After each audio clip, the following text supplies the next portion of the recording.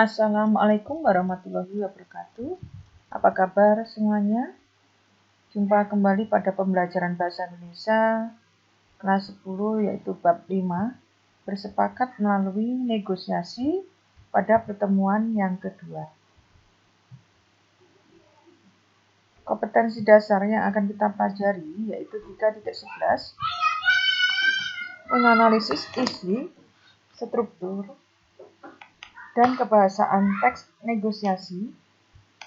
4.11 mengonstruksikan teks negosiasi dengan memperhatikan isi, struktur, dan juga kebahasaan. Materi kita yang akan kita pelajari yaitu struktur teks negosiasi, unsur teks negosiasi, pasangan tuturan, dan kaidah kebahasaan. Struktur teks negosiasi terdiri dari orientasi, merupakan bagian pembuka dalam teks negosiasi, biasanya berupa salam dan perkenalan atau sapaan.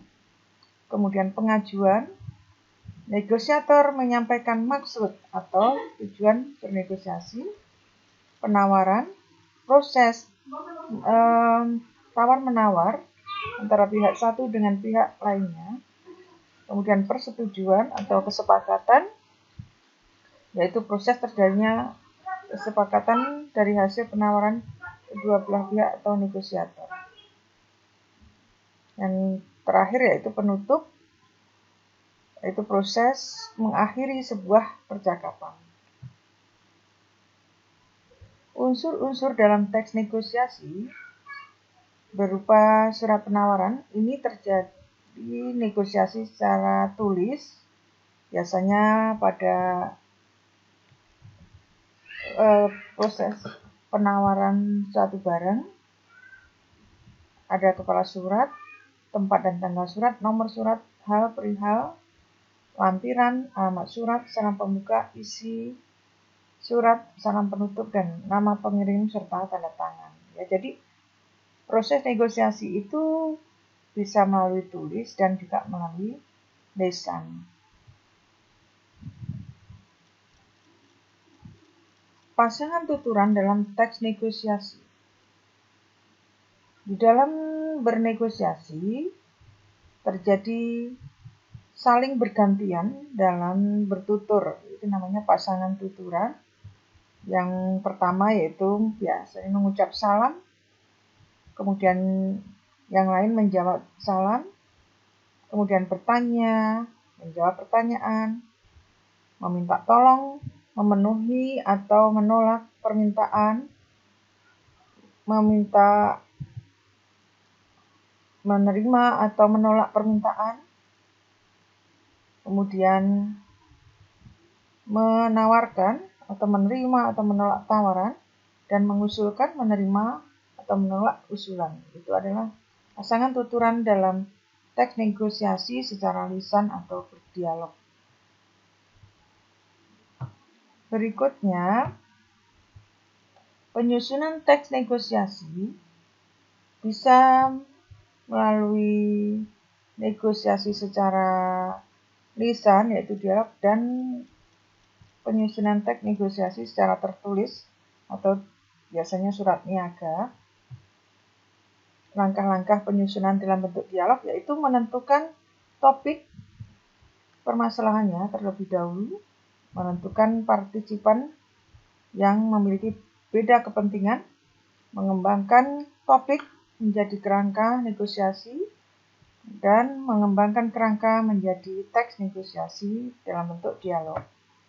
Langkah penyusun teks negosiasi secara tertulis yaitu mencari topik penawaran atau pemesanan barang, mengembangkan kerangka teks sesuai kerangka surat resmi, dan mengembangkan kerangka menjadi surat penawaran atau pemesanan. Berikut ini ada contoh teks negosiasi secara lisan atau percakapan. Negosiasi antara penjual dan pembeli laptop. Pembeli, selamat siang mas, saya mau beli laptop hari ini. Penjual, siang mas, mau laptop yang seperti apa dan spesifikasinya yang dibutuhkan bagaimana ya, biar saya bantu pilihkan. Ini dialog bagian orientasi. Saya butuh laptop buat kuliah sih. Oh ada mas, kebetulan ini laptop XYZ keluaran terbaru. Ini bagian permintaan dan pengajuan. Wah, cocok banget tuh. Berapa harganya? Kemudian 14 juta saja mas. Bilang penjual, ini merupakan bagian pengajuan. Pembeli, kalau 10 juta dapat nggak mas? Ini bagian penawaran. Kemudian penjual, belum dapat mas. Maaf, harga segitu sudah dapat bonus anti gores dan flash disk juga kok. Ya, ini merupakan bagian penolakan di kaidah kebahasaan, merupakan kalimat argumentasi atau alasan yang tepat. Pembeli, beneran nggak bisa kurang mas, kalau 13 juta gimana? Ini penawaran yang kedua. Penjual, kalau 13 juta nggak dapat bonus mas. Pembeli, nggak sama sekali mas, gratis anti gores juga ya mas. Kalau flash disk saya juga nggak terlalu butuh ya. Penjual, ya sudah, khusus buat mas hari ini saya kasih harga 13 juta. Ini merupakan bagian persetujuan. Kemudian penutupnya, terima kasih mas. Penjual, sama-sama mas. Ya, itu tadi contoh dari teks negosiasi sederhana. Jadi kesimpulan dari pembelajaran kita kali ini, negosiasi berarti proses tawar-menawar dengan jalan berunding guna mencapai kesepakatan bersama antara satu pihak yang berbeda kepentingan.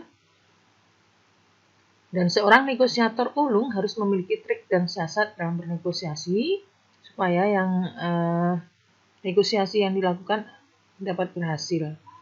Jadi dikatakan berhasil apabila kedua belah pihak sudah mencapai kesepakatan.